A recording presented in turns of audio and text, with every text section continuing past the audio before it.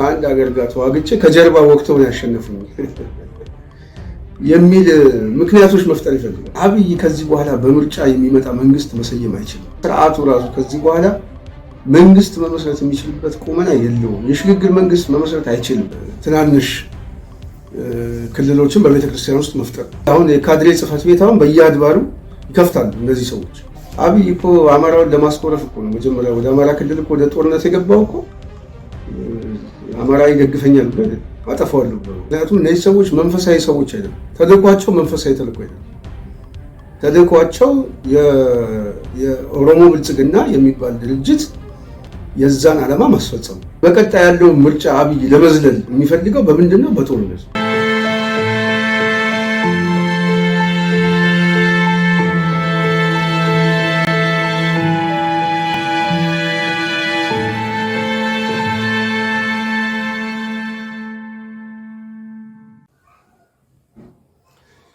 ሰላም ጤና ይስጥልኝ አድማጭ ተመልካቾቻችን፣ የጽናት ሚዲያ ቤተሰቦች እንደምን ቆያችሁ፣ እንደምን አረፈዳችሁ እያልን እንደከዚህ በፊቱ ዛሬም ጽናት ሚዲያ ወደ እናንተ መጥታለች። ፕሮግራማችን ተጀምሮ እስኪጠናቀቅ አብራችሁ የቆያችሁን በሙሉ ከልብ እያመሰገንን በፕሮግራማችን ላይ ሀሳብ አስተያየታችሁን የምትሰጡ ሁሉ ከልብ እናመሰግናለን። ጽናት ሚዲያ ላይክ፣ ሼር፣ ሰብስክራይብ በማድረግ እንደዚሁም የተለያዩ አስተያየቶቻችሁን በመስጠት ድጋፍን በማድረግ ጽናትን እንድታበረታቱ እንጠይቃለን። ሁሉ ጊዜ የምንጠይቀው ጽናትን ደግፉ፣ ጽናትን እናሳድግ የሚል መልእክት ማስተላለፍ እፈልጋለሁ። ይህንን ካልኩኝ እንግዲህ የተለያዩ ሁኔታዎች አገራዊ ወቅታዊ ሁኔታዎች አሉ። የፖለቲካ ትኩሳቱ በጣም እየጨመረ ነው። እዛ ላይ ትንሽ ለመወያየት ነው ዛሬ ሀሳብ ይዤ የመጣሁት። አንዱ በተለይ ከዚህ ከቤተክርስቲያን ከሲኖዶስ ጋር በተያያዘ እንግዲህ አንዳንድ አባቶች ወደፊት ከመጡ በኋላ በተለይ ከመንግስት ሰዎች ጋር እያሳዩት ያሉት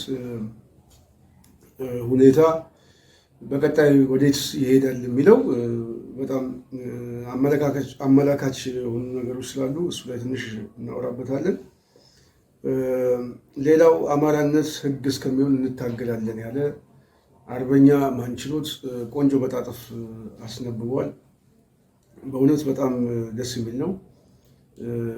በዚህ ደረጃ ፖለቲካውን የሚረዱ ሰዎችና የኃይል አሰላለፋቸውን የሚገመግሙ ወጣቶች ያሉበት ስብስብ መሆኑ ደግሞ የበለጠ ደስ ይላል። እዛ ላይ ትንሽ ጊዜ ካለን እናወራበታለን። በሌላ በኩል የአብይ አህመድ የጦርነት ዝግጅትና ቀጣዩ አይቀሬ ሁኔታ የሚለው ላይ ትንሽ ማለት እፈልጋለሁ። እንግዲህ አገር ቤት ውስጥ በተለይ ከሕክምና የጤና ሙያተኞች ጋር በተያያዘ ከፍተኛ የሆነ ተቃውሞ ለሶስተኛ ሳምንት እንደቀጠለ ነው። አሁንም ውጥረቱ እየተባባሰ ነው። ይህንን ውጥረት እንግዲህ በኃይል እናስፈታለን ብለው እስርም መዋከብም ቢገጥማቸውም ጥያቄያቸውን ግን እስካሁን ሰላማዊ በሆነ መንገድ እየገፉበት ነው እና ያለው ለእነሱም ጉዳይ እየተከታተልን ድምፅ ከመሆን ወደኋላ አንልም። ስለዚህ በእነሱም ጉዳይ ሀሳብ አስተያየቶቻችንን እንሰጣለን። ጽናት ሚዲያን ማንኛውም መረጃ ሲኖር በጽናት ሚዲያን በኩል ላኩልን። ሀሳባችሁን አስተያየታችሁን ወደ ህዝብ ለማድረስ በእኛ በኩል ክፍት ነው። ይህንን ካልኩኝ በዋናነት የመስቀሉ ስር ቁማርተኞች የቤተክርስቲያን ላይ እንግዲህ ከዚህ በፊት 2014 በህገወጥ መልኩ ቅዱስ ሲኖዶስ በማያውቀው የወሊሶ የመስቀሉ ስር ቁማርተኞች ተሰባስበው በቤተክርስቲያን ላይ አንጃ ከፈጠሩ በኋላ እነዚህ ኃይሎች ቀጥተኛ የአብይ አገዛዝ እጆች እንደሆኑ ከዚህ በፊት በሻሸመኔ በተለያዩ ቦታ ቤተክርስቲያን ሰብሮ ለመግባት በሚያደርጉት እንቅስቃሴ የሞቱትን ሰማዕት የሆኑትን ሰዎች ማስታወስ ይቻላል። ምክንያቱም እነዚህ ሰዎች በዋናነት በኦሮሚያ ፖሊስ እየታጀቡ ልዩ ኃይል እየታጀቡ ነው በየቦታው የቤተክርስቲያን ቅጥሮችን እየሰበሩ ለመግባት በሚያደርጉት እንቅስቃሴ ሁሉ ሰማዕት የከፈሉ በጣም ብዙ ምዕመናኖች አሉ እና የነዛ ሰማዕት ሁሉ ደማቸው ሳይደርቅ የቤተክርስቲያን ውስጥ ያሉ አባቶች ለፈሰሰውም ደም ይቅርታ እንኳን ሳይጠይቁ በይቅርታ ስም ወደ ቤተክርስቲያን ውስጥ ከገቡ በኋላ አድፋጭ የመስቀሉ ስለ ቁማርተኞች በመሆን እንግዲህ ቤተክርስቲያኗን ወሳኝ የሚባለውን የስልጣን መደላደል በቅርቡ ቅዱስ ሲኖዶስ ባደረገው ጉባኤ እንግዲህ አገረ ስብከቱንም ዋና ጸሐፊውንም ይዘውታል። በቀጣይ እነዚህ ሰዎች ዋነኛ ዓላማቸው ምንድን ነው? አዲስ አበባ ውስጥ ያለውን አድባራት በሙሉ ልክ እንደ ኦሮሚያ የራሳቸው ትናንሽ ክልሎችን በቤተክርስቲያን ውስጥ መፍጠር። ስለዚህ ለዚያ ጠርጊያ መንገድ ደግሞ ሲያግዛቸው የነበረው የብልጽግና አገዛዝ ነው። ከኋላ በዋናነት በተለይ ከንቲባ አዳነች የምትመራው የአዲስ አበባ ሰላምና ጸጥታ ቢሮ፣ የደህንነት መዋቅሩ፣ የጠቅላይ ሚኒስትር ጽሕፈት ቤቱ በዚህ ጉዳይ ላይ በጣም ነው ክትትል የሚያደርገው። ምክንያቱም ከነሱ ጀርባ ያለው የብልጽግና አገዛዝ በዋናነት ቤተክርስቲያን ውስጥ ገብቶ መቆጣጠር የግድ ያስፈልገናል፣ ይህንን ኃይል መያዝ ያስፈልገናል የሚል አመለካከት ብቻ ሳይሆን እንትን ስላለ የዓላማ ፍላጎትም ስላለ እና በዛ ምክንያት እነዚህ ሰዎች ያው አሁን የቤተክርስቲያን አባቶችም በራቸውን ከፍተው ምዕመናኑም ቤተክርስቲያኑም ለጥቃት የምትጋለጥበትን ሁኔታ አመቻችቷል። እንግዲህ ይሄ የታሪክም ተጠያቂ ናቸው። እውነት ለመናገር ነገ ጠዋት ለሚፈጠረው በሂደቱ ላይ ምዕመናኑም ሆነ ቤተክርስቲያኗ ውስጥ ለሚፈጠረው የፖለቲካ እጆች በሙሉ ተጠያቂዎቹ እነዚህን ሰዎች ወደፊት ያመጡ አባቶች ናቸው ማለት ነው። ምንም ጥያቄ ስለሌለ ማለት ነው። ምክንያቱም እጃቸው ላይ ያለው ደም እንኳን ሳይደርቅ ቤተክርስቲያን ውስጥ ገብተው አሁን የዘር ክፍፍል ሁሉ አሁን በየአድባራቱ አሁን የሰው ምደባ ሊያደርጉ ዝግጅት እያደረጉ ነው። ስለዚህ አሁን ይሄን የሚፈልጓቸውን ሰዎች በሙሉ በየአድባራቱ ከተው ቤተክርስቲያኗ ከምዕመናኑን ከሚያዘው ወንጌሉን ከሚያስተምረው ይልቅ በቤተክርስቲያን ውስጥ የእርስ በርስ መጓተት የዘር ሽኩቻ ምናምን ለመፍጠር አመቺ በቃ መንገድ ተገኝቷል ማለት ነው። አሁን የፖለቲካ እጆች ሁሉ በየቤተክርስቲያኑ እንዲገቡ እድሎች ተፈጠሩ ማለት ነው። ስለዚህ አሁን የካድሬ ጽሕፈት ቤት አሁን በየአድባሩ ይከፍታሉ እነዚህ ሰዎች። የብልጽግና የካድሬ ጽሕፈት ቤት አለ። ይሄ ሰላምና ደህንነት ምናምን ተብሎ በፖለቲካ ውስጥ ያለ ቢሮዎች ሁሉ አሁን በነ አቡነ ሳዊሮስ አሁን በኩል ይሄ ነው። አሁን የብልጽግና አገዛዝ በዋናነት ይሄን ነው የሚያደርገው። ምክንያቱም ቤተክርስቲያን ራሷን ለመቆጣጠር አባቶችን የሚያስገቧቸው በዋናነት የደህንነት ስራ የምንሰሩ። ስለዚህ ለዛ አመቺ መንገዶች ተከፍቶላቸው ይኸው አሁን እያየን ነው። ገና ከወዲሁ እነዚህ ሰዎች ገና ከመምጣታቸው እንኳን እያየን ነው። ከፖለቲካ አመራሮች ጋር በየቦታው እየሄዱ የሚጎበኙትን ምናምን እያየን ነው። ይሄ ራሱ አንድ የፖለቲካ ቅስቀሳ ነው። ምክንያቱም እነዚህ ሰዎች መንፈሳዊ ሰዎች አይደለም። ተልእኳቸው መንፈሳዊ ተልእኮ አይደለም። ተልእኳቸው የኦሮሞ ብልጽግና የሚባል ድርጅት የዛን ዓላማ ማስፈጸሙ። ያንን ዓላማ ግን የሚያስፈጽሙት ግን በአንድ እጃቸው መስቀል፣ በሌላ እጃቸው ደግሞ ጥቁር ጋውን በመልበስ ነው። ስለዚህ ያንን እያደረጉ እንደሆነ ከዚህ በፊት በተደጋጋሚ ገልጸናል። መግለጽ ብቻ የለም፣ ለዛም ያንን በመናገራችንም ዋጋ ከፍለናል። እሱ አይቆጭንም። ግን እውነታው ግን ይሄ ነው። ይሄንን መቀየር አይቻልም። እነዚህ ሰዎች ጫፍ የረገጡ ጽንፍ የያዙ የፖለቲካ አስተሳሰብ ያላቸው ምናልባትም ከቻሉ የራሳቸውን ችለን እንቆማለን፣ ከቤተክርስቲያን ተገንጥለን እኛ ራሳችን እንቆማለን ብሎ የሚያስቡ እና በየአድባራቱ ያለውን ሀገረ ስብከቶች ሁሉ መቆጣጠር የሚፈልጉ ኃይሎች ናቸው። እነዚህ ኃይሎች አሁን በቤተክርስቲያን ውስጥ መጥተዋል። እንዴት መጡ? ያው የመጡበት መንገድ ግልጽ ነው። አንዳንድ አባቶች እንደውም ከውጭም ከውስጥም መጥተው እነዚህን ሰዎች ለማስመረጥ ወገባቸውን አስረው ነው የቆሙት። በጣም በሚገርም ሁኔታ ማለት ነው። እና እንደውም በከፍተኛ ድምፅ ነው፣ በጣም በከፍተኛ ድምፅ መረጃው ስለወጣ ማለት ነው። ስለዚህ የቤተክርስቲያን ምዕመናንን አሳልፈው ለመስጠት በዚህ ደረጃ በዚህ ርቀት መሄድ ነገ ጠዋት ከታሪክ ተጠያቂነት ማንም ሰው ሊያመልጥ አይችልም። ማንም ሰው ምክንያቱም ነገ ጠዋት የሚፈጽሙት ወንጀል ዛሬ እየመዘገበን ስለምንሄድ ማለት እና ለዛ ምቹ ሁኔታዎችን በመፍጠራቸው እንግዲህ እነዚህ ሰዎች ከወዲሁ ከመንግስት ሰዎች ጋር እየተከታተሉ የተለያዩ የልማት ፕሮጀክቶችን የሚሏቸውን የፓርኮችን እየጎበኙ ነው። ነገ ጠዋት ደግሞ እንግዲህ የብልጽግና ውጊያንም ጦርነትም እንግዲህ እየባረኩ ምናልባት ወደዛም ሊሄዱ ስለሚችሉ ምዕመናኑ በተለይ ተደራጅቶ እነዚህን ሰዎች ማውገዝ እና የሚፈጽሟቸው በተለይ በቤተ ክርስቲያን ስም የሚፈጽሟቸውን ወንጀሎች ሁሉ እየተከታተሉ እነዚህን ሰዎች ማጋለጥ እንግዲህ ከህዝቡ የሚጠበቅ ከዛ ውጭ እኛ ምንም ማለት አንችልም። ምክንያቱም እዚህ ውስጥ ገብተን ለመናገር በሂደቱ የለንም። እንደ አንድ ሰው የሚሰማንን አስተያየት ከመስጠት ውጭ በዚህ ጉዳይ ላይ በቅርበት ያሉ ሰዎች ተሰባስበው እነዚህ ሰዎች እየሄዱበት ያለው መንገድ አደገኛ እንደሆነ የፖለቲካ አስተሳሰብ እንዳላቸው ያ የፖለቲካ አስተሳሰብ ደግሞ ተነጣይ የሆነ አስተሳሰብ እንደሆነ በደንብ ስለምታውቁ ይህንን እየተከታተላችሁ ማውገዝ የእናንተ ድርሻ ነው።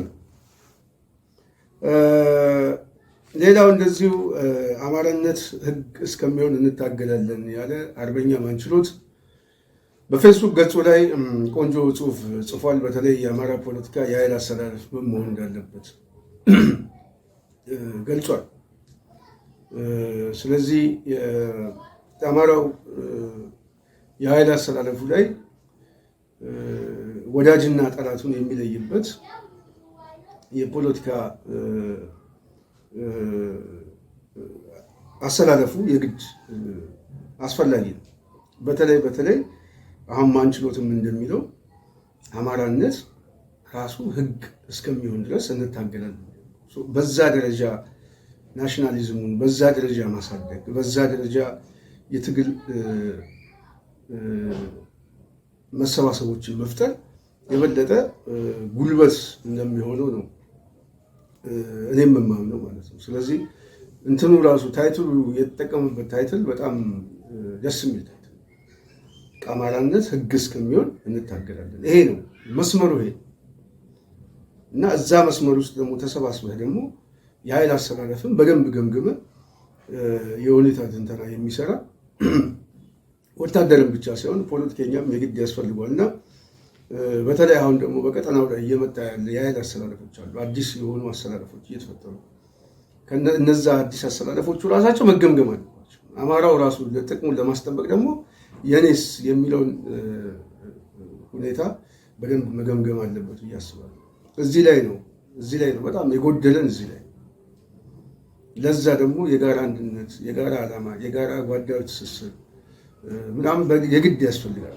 ስለዚህ አማራው በደንብ ገምግሞ አማራነትን ህግ አድርጎ አማራነት ደግሞ ከህልውና አደጋው የሚወጣበት የትግል መስመርን ይዟል። ያ የትግል መስመር ግን ጠላትና ወዳጁን በመለየት ስትራቴጂክ የሆኑ ጥቅሞቹ ላይ አሰላለፉን እያሳደገ መምጣት አለበት ብዬ አስባለሁ። ስለዚህ አሁን አዲስ ነገር እየተፈጠረ ነው። አሁን በተመሳሳይ የአብይ አገዛዝ ከሻዕቢያ መንግስት ጋር ወደ ጦርነት ሊገቡበት የሚችሉበት የፕሮፓጋንዳ ስራዎችን አልፎታል። በእኔ ግምገማ የፕሮፓጋንዳ ስራ ሁሉ ታልፏል። የቃላት ጦርነት ተጀምሯል። ይዋጣልን ነው እንጂ ያው ድንጋይ እዚህም እዛም እየተወረወረ። ስለዚህ በቀጣይ ምን ሊኖር ይችላል የሚል ግምገማ ከዚህ በፊት እኔ በተደጋጋሚ አስቀምጫለሁ። አብይ አህመድ ከግል የፖለቲካ አስተሳሰቡ እስካሁን ከመጣበት የሁኔታ ትንተና ካየነው ይህ ሰው በተረጋጋ ስርዓተ መንግስት ውስጥ ዘላቂ ሰላም ቢኖር በሀገሪቷ ውስጥ ራሱን በምርጫ ሸጦ አወዳድሮ ህዝቡን አሳምኖ መንግስቴ ብሎ ምናምን የሚመረጥ ሰው አይደለም። ስለዚህ በምርጫ የማይመጣ መንግስት ደግሞ በብጥብጥ መምጣት የግድ ሁሉ ጊዜ በግጭት መምጣት ነው። አብይ ስኬቱ ሰላም አይደለም፣ ግጭት ነው። የሰላም ስኬት የለውም። በሰላም ውስጥ አብይ ሰርቫይቫል ለማድረግ የሚያስችል የፖለቲካ ቁመና የለውም። በፖለቲካ ንድፈ ሀሳቡ በዛ ደረጃ የሚነበብ አይደለም ፕሮግራማቸው። ስለዚህ የአብይ ዋነኛው ታርጌቱ መዋሸት፣ ጦርነት ዋነኛ መገለጫዎቹ ናቸው። ስለዚህ አሁን በቀጣይ አብይ ወደ ጦርነት የሚገባበት እድሎች አሉ ወይስ የሉ የሚል መከራከሪያዎች ይነሳሉ።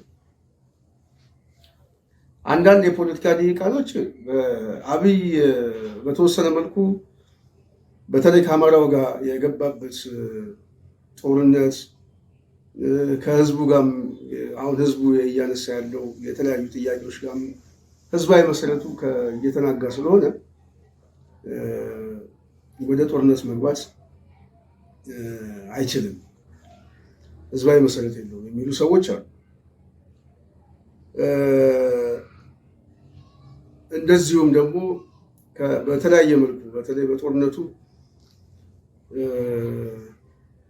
በውስጥ በኩል ያለ የሰራዊቱ አቅም መዳከሙ በተለይ በትግራይም በዚህ በአማራ ክልልም የገባበት ጦርነት ባለፉት 4 ዓመታት ሰራዊቱ ተሰላሽቷል፣ ተዳክሟል። ስለዚህ በዚህ በዳከመ ቁመና አዲስ ጦርነት ደግሞ መክፈት አይችልም የሚል ሴናሪዮ የሚያስቀምጠዋል። ሌላው ደግሞ የፋይናንስ ጉዳይ ነው። የገንዘብ አቅም የለውም። ጦርነቱ አጠቃላይ ሀገሪቷን ኢኮኖሚ በልቷታል። ከዚህ በኋላ ገንዘብ የለውም። ገንዘብ ፍለጋ ነው እየተሽከረከረ ያለው። ስለዚህ ገንዘብ ስለሌለው ያንን ጦርነት ማድረግ አይችልም የሚል ምክንያት የሚያስቀምጡ አሉ። ከዛ ውጭ ያው በፕሮፓጋንዳ ብቻ ዝም ብሎ ሽብር እየፈጸመ ምናምን የመደራደር አቅሙን ለመጨመር ካልሆነ በስተቀር በተግባር ጦርነት ውስጥ ገብቶ በውጤት ደረጃ ምንም አይነት ውጤት ሊያመጣ አይችልም። አራተኛው ደግሞ በተለይ ከአማራው ጋር ስለተቆራፍ ያው የጦርነት ሁኔታ ውስጥ ስላለ ከሻዕቢያ ጋር ጦርነት ውስጥ መግባት ይሄኛው ኃይል እድል ያገኛል። ስለዚህ ወደ መሀል የመጠጋት እድሉ ሰፊ ነው ብሎ ስለሚገመግም አይገባበትም ብሎ የሚያስቡ ሰዎች ነው። ይሄ አንድ ሴናሪዮ።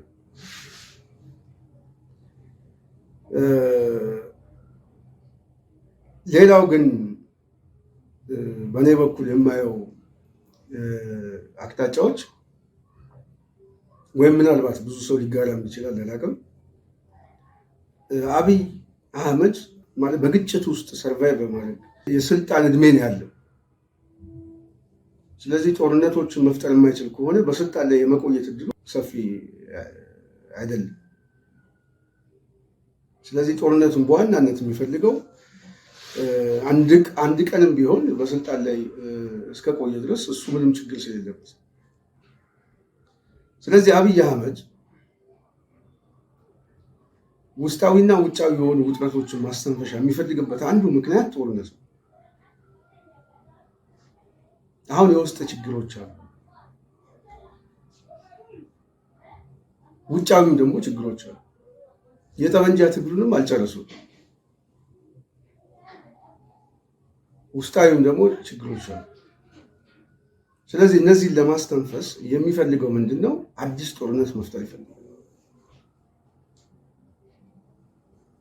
እነዚህ ተቃውሞችንም ሂደቶችን ሁሉም በጦርነት ለመሸፈን በሌላ ዲስኮርሶች በሌላ ትርክቶች ለመሸፈን የመፈለግ አዝማሚያዎች አሉት። ሁለተኛው በራሱ ድክመትና ውስጣዊ መጓተት ትግሉን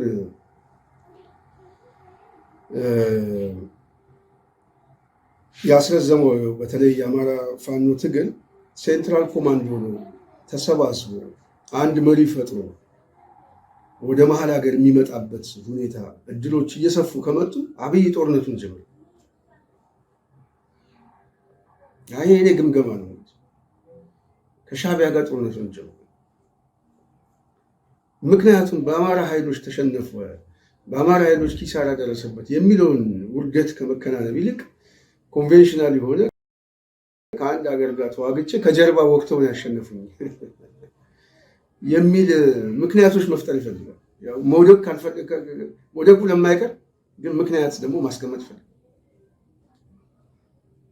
ስለዚህ የአማራው ኃይል ተሰባስቦ ተጠናክሮ አንድ የሆነ ኃይል ሆኖ እየመጣ ወደ መሀል ሀገር የሚመጣ ከሆነ አብይ ወደ ጦርነት የመግባት እድሉ ሰፊ ነው።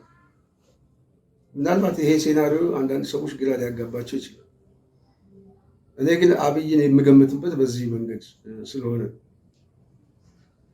ምክንያቱም ሽንፈቱን በሌላ ለማካካስ በሌላ የታሪክ እንትኑን ስሙን በሌላ ለመሸፈን ስለሚፈልግ ምናልባት ይህንንም እንደ አንድ ሴናሪዮ ሊያዩ ይችላል። ከዚህ ውጭ ዋናው ግን የሚያስማማኝ አብይ ከዚህ በኋላ በምርጫ የሚመጣ መንግስት መሰየም አይችልም። ዋናው ሰው ልትገነዘቡ የሚገባው በኢትዮጵያ ውስጥ በቀጣይ ምርጫ የሚደረግበት የፖለቲካ ስፔስ የለም። የአዲስ አበባ ምርጫ ይቻላል። አዲስ አበባ ላይ ተቀምጠ የአዲስ አበባ መንግስት መሆን ይችላል። በሀገር አቀፍ ግን ምርጫ ማድረግ የሚችልበት የፖለቲካ ምህዳር የለም። የጠመንጃ አፈሙዝ በሁሉም ቦታ። በዚህ የጠመንጃ አፈሙዝ ውስጥ ምርጫም የለም፣ እጩም የለም፣ ድምፅ ሰጪም የለም። ስለዚህ አብይ አህመድ ምርጫ በሌለበት የፖለቲካ ምህዳር ውስጥ በቀጣይ ሰርቫይቭ ሊያደርግ የሚችልበት መንግስት ሊመሰረትበት የሚችል ቁመና ሞቷል። ምንድን ነው የሚሆነው? ምንድን ነው? ወይ እንደለመደው ከዚህ በፊት እንዳደረገው በአዋጅ ማስረዘም የምርጫ ተርሙ፣ ያ ካልሆነ ደግሞ ወደ ጦርነት መግባት። ወደ ጦርነት ለመግባት ደግሞ አዲስ ጦርነት ነው የሚፈልገው። የጀመረውን መጨረስ ሳይሆን አዲስ ጦርነት ነው የሚፈልገው። ምክንያቱም አሁን አማራ ክልል ላይ ከገባ በኋላ የአብይ አገዛዝ በሁለት ጉዳይ ላይ ተመቱ። አንደኛው የፕሮፓጋንዳ ብልጫ ተወስዶበታል። ጦርነቱ ራሱ የአብይን አገዛዝ ሳይሆን እነሱ አማጺ የሚሉትን የፋኖ ኃይሎችን የሚደግፍ ኃይል ነው ያለው። በሀገር አቀፍም በአማራ ህዝብ ጦርነቱ ከጀመረ ጀምሮ ከፍተኛ ድጋፍ ሲሰጥ የነበረው የፖለቲካ ድጋፍ ለፋኖ ነው። እንደውም የአብይን ሰራዊት የሚታየው እንደ ወራሪ ጫፍጫፊ ምናምን ነው። የፕሮፓጋንዳ ስራው ተበልቷል። ወታደራዊ እንቅስቃሴውን በተመሳሳይ።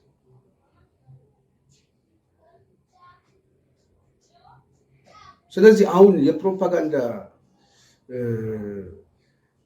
ብልጫ ለመውሰድ በዚህ ጦርነት ውስጥ ተጨማሪ ጊዜ ማጥፋት አይፈልግም። ሌላ የፖለቲካ ዲስኮርሶችን፣ ሌላ አቅጣጫዎችን ይፈልጋል። እሱ ደግሞ አንዱ ከሻዕቢያ ጋር በተያያዘ የሚደረገው ጦርነት ነው። ስለዚህ በቀጣይ ያለው ምርጫ አብይ ለመዝለል የሚፈልገው በምንድን ነው? በጦርነት። ምክንያቱም ጦርነት ላይ ነው ያለነው። መጀመሪያ አገር ይጽና ምናምን የሚለው ማደናበሪያ ተጠቅሞ ስልጣኑን ለማስረዘም አመቺ ሁኔታ ይፈጥርለታል። ስለዚህ ያለው አማራጭ ምንድነው? ጦርነት ማድረግ። ይህን ጦርነት ደግሞ በሌላ በኩል ደግሞ የሚፈልገው ስልጣን ላይ መቆየት ብቻ አይደለም።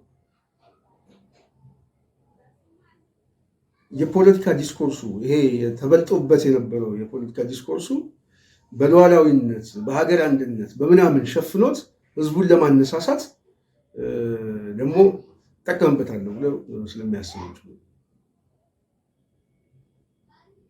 የኃይል ብልጫ ወስድበታለሁ ምናምን ብሎ ስለሚያስብ ይህንን አጋጣሚ ፈልጓል።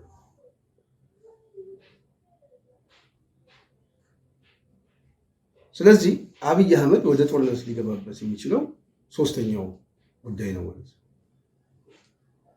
በአራተኛ ጉዳይ ላይ ከኤርትራ መንግስት ጋር የተካረሩ ኃይሎች በተለይ በቀጠና ውስጥ የራሳቸው የሆነ የኃይል አስተላለፍ የተለያየ ፍላጎት ያላቸው ኃይሎች አሉ። እንደ ተባበሩት ኤሚሬትስ አይነት እንደዚህ አይነት ፍላጎቶች አሉ።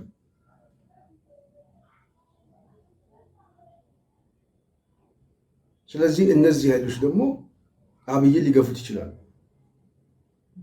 መሳሪያም ገንዘብም እንሰጣለን፣ ስለዚህ ወደ ጦርነት ግባ የሚል የመካከለኛው ምስራቅ እጆችም የምዕራባውያኖችም ደግሞ ከኤርትራ መንግስት ጋር የተቋረፉ ኃይሎችም ድጋፎችና ውትወታዎች ይኖራሉ፣ እጆች ይኖራሉ።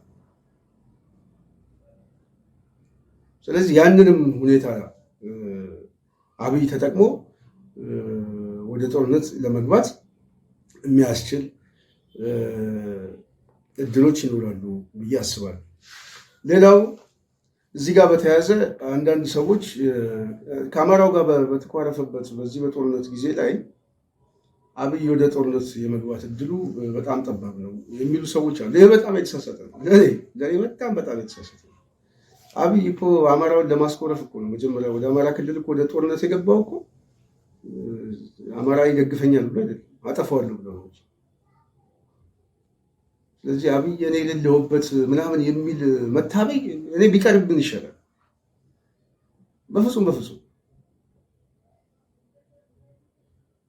አብይ አህመድ ከፈለገ እሱ እኮ የሚፈልገው እኮ አራስ ሆና አልጋ ላይ የተኛች ሴት እኮ ከአልጋዋ ላይ አስነስቶ ሁሉ ስልጠና ሰጥቶ ምናምን ግንባር የሚያስገባ ሰው እኮ በዛ ደረጃ የሚፈልግ ሰው። ህፃናቶችን እኮ ከየቤታቸው ወስዶ ገና ጥርሳቸውን እንኳን ነቅለው ገና ያልጨረሱ ህፃናትን ነው ለጦርነት እየማገደ ያለ። እያያቸው አይደለ? በየአካባቢው ላይ የሚማረኩ ህፃናት እናያቸው ውስጥ በየአካባቢው አለ እኮ በምስል። በዛ ደረጃ አብይ እንደዚህ የሚያስብ እኔ ከሌለውበት እኛ ከሌለን ወደዛ ይገባ ምናምን የሚል መታበይ ትክክል አይደለም። ይገባል።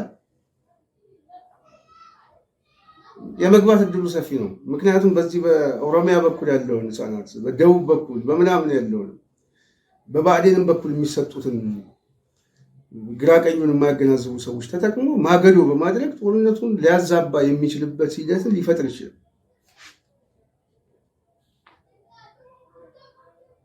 ስለዚህ በዛ ሁኔታ የመግባት እድሉ ሰፊ ነው። አንደኛ የሚገፉት ሰዎች አሉ። ሁለተኛ ስርዓቱ ራሱ ከዚህ በኋላ መንግስት መመስረት የሚችልበት ቁመና የለውም። የሽግግር መንግስት መመስረት አይችልም። አብይ አይችልም።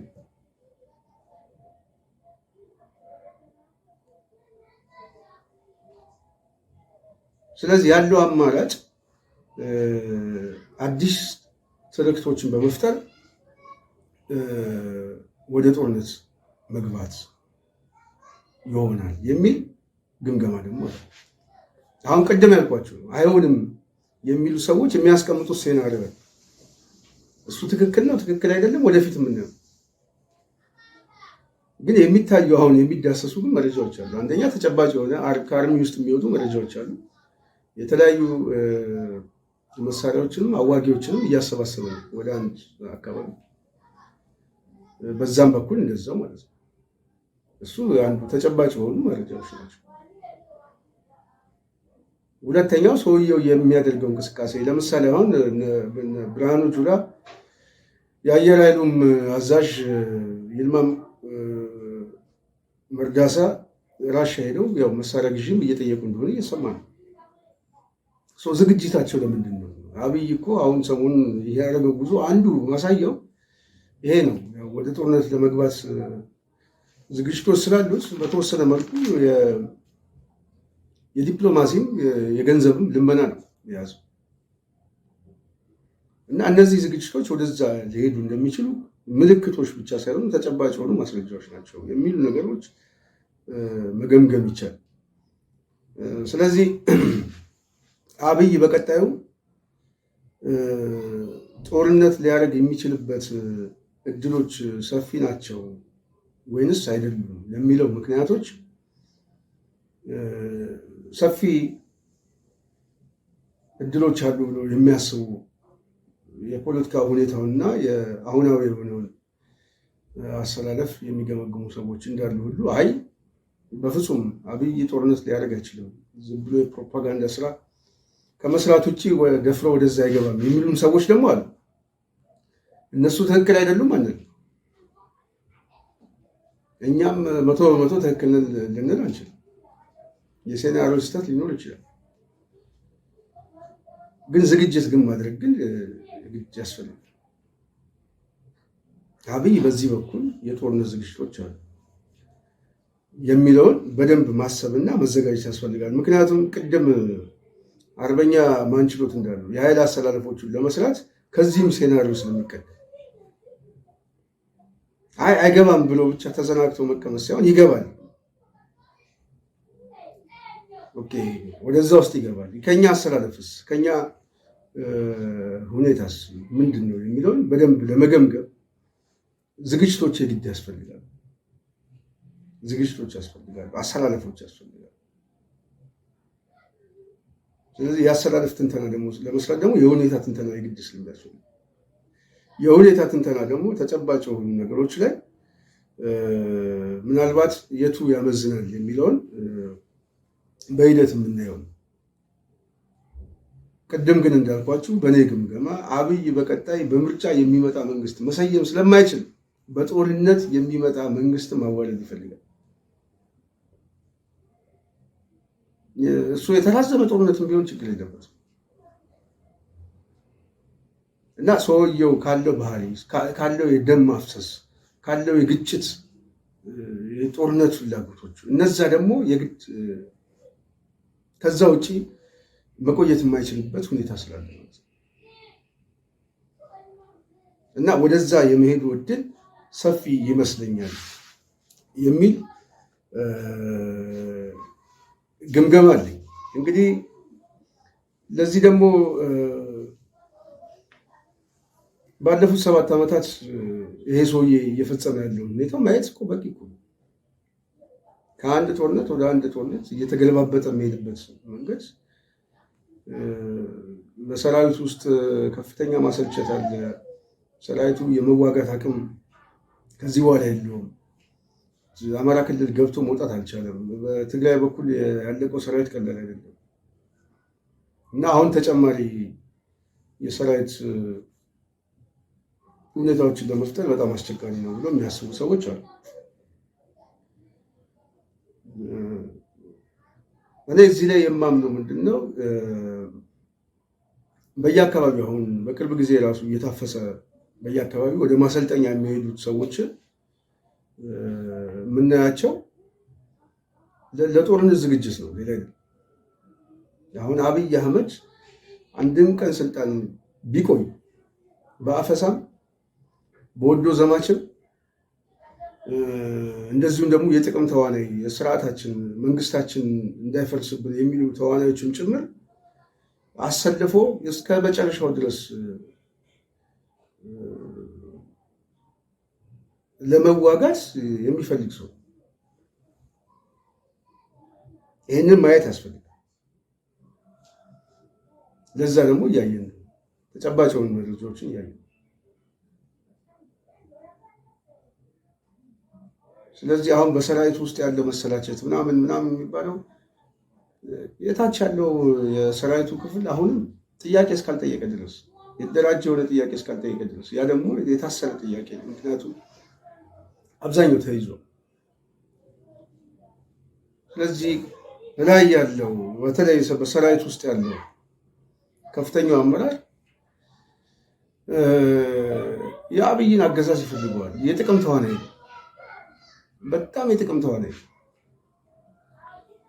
እየሰማችሁ ነው። አሁን ቅርብ ጊዜ ጄኔራሎቹ የሚያወጡት ወጪ እኮ የሚዘገንን እኮ የአዲስ አበባ ላይ እኮ ያላቸው እኮ ቤት እኮ በጣም የሚገርም 3-4 ቤት እኮ ያላቸው ሰዎች ናቸው። ስለዚህ አገዛዙ እድል ሰጥቷቸዋል፣ ለዘረፋ እድል ሰጥቷቸዋል፣ ከፍተኛ የሆነ ሀብት ይዘዋል። ስለዚህ ይህንን ስልጣን ይህንን የአብይን አገዛዝ ማጣት በራሳቸው እነሱም ስለማይፈልጉ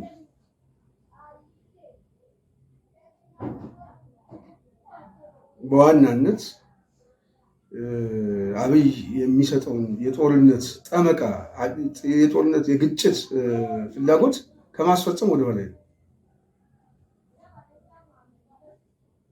ስለዚህ በሰራዊት ውስጥ ላይ በተወሰነ መልኩ በተለይ ከአንገት በላይ ባለው ኃይል ላይ ጦርነት ውስጥ ለመግባት ምንም ችግር የለበትም። ካለቃው የሚሰጠውን ትዕዛዝ ተቀብለው ሂደት ውስጥ ይገባል።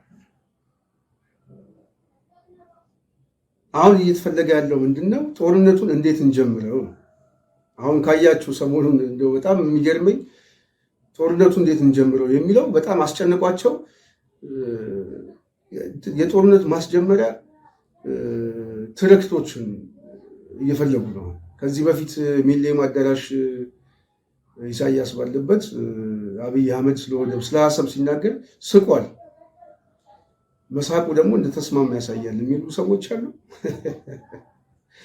በሌላ በኩል ደግሞ በዚህ በወልቃይት በኩልና በዚህ በአፋር በኩል ጦርነት ቀድማችሁ ጀምሩ፣ ልክ ሰሜን ዕዝ ተጠቃ እንደተባለ ሁሉ አሁንም እነሱ ቀድሞ ጀመሩ ለማስባል የሚመጣው አሁን እየተጻፉ ያሉ መረጃዎች አሉ። የብልጽግና በቀጥታ የሚያወጣቸው ነው። በነገራችን ላይ በአክቲቪስቶቹ በምናምን ይህንን አውጡ እየተባለ የሚሰጠው እና ይህ የሚያሳየው ምንድነው?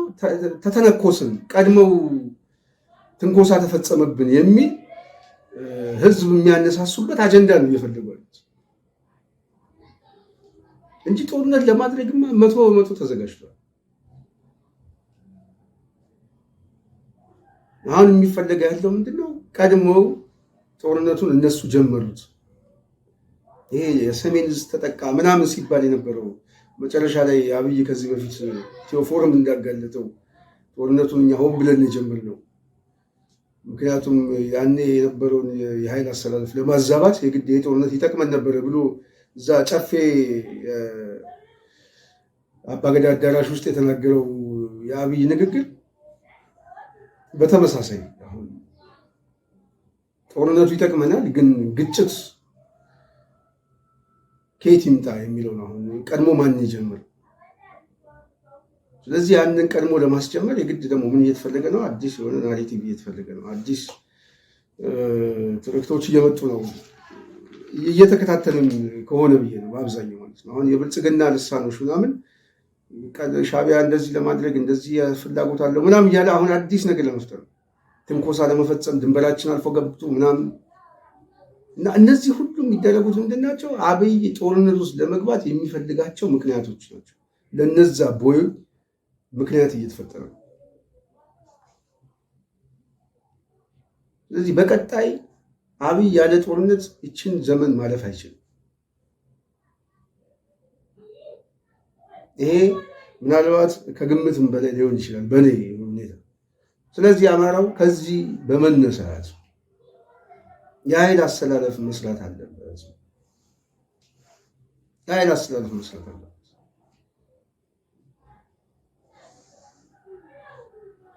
የኃይል አሰላለፍ መስራት አለበት። የኃይል አሰላለፉን ደግሞ ቅድም እንዳልኩት ዝርዝሩን መሬት ላይ ያሉ ሰዎች ነው የሚያውቁት። ግን አማራነት ህግ እስከሚሆን እንታገላለን ያሉት እነማን ችሎት በሚገባ ይህንን የሁኔታ ትንተና ሰርተው ጠንካራ የሆነ አሰላለፍ ፈጥረው እንግዲህ ወደ መሀል የሚመጡበትን ሁኔታም ይፈጥራሉ ተብሎ ይታሰባል። ስለዚህ በቀጣይ በሀገሪቷ ውስጥ ሊፈጠር የሚችለው የፖለቲካ አሰላለፍ ምን ይመስላል? አብይ ጦርነት ውስጥ ይገባል አይገባም የሚለው ሂደትን በሂደቱ ላይ የምናየው ነው። እንግዲህ ለዛሬ በእኔ በኩል ያስኩት ፕሮግራም ይህን ይመስል ነበር። ከጦርነቱ ጋር በተያያዘ አንዳንድ ማሳያዎችን እናውራበት በሚል ነው። ጽናት ሚዲያን ስለተከታተላችሁ ከልብ እናመሰግናለን። በቀጣይ በሌላ አጀንዳ እስክንገናኝ የዛሬውን በዚህ ያበቃው። ሰላም።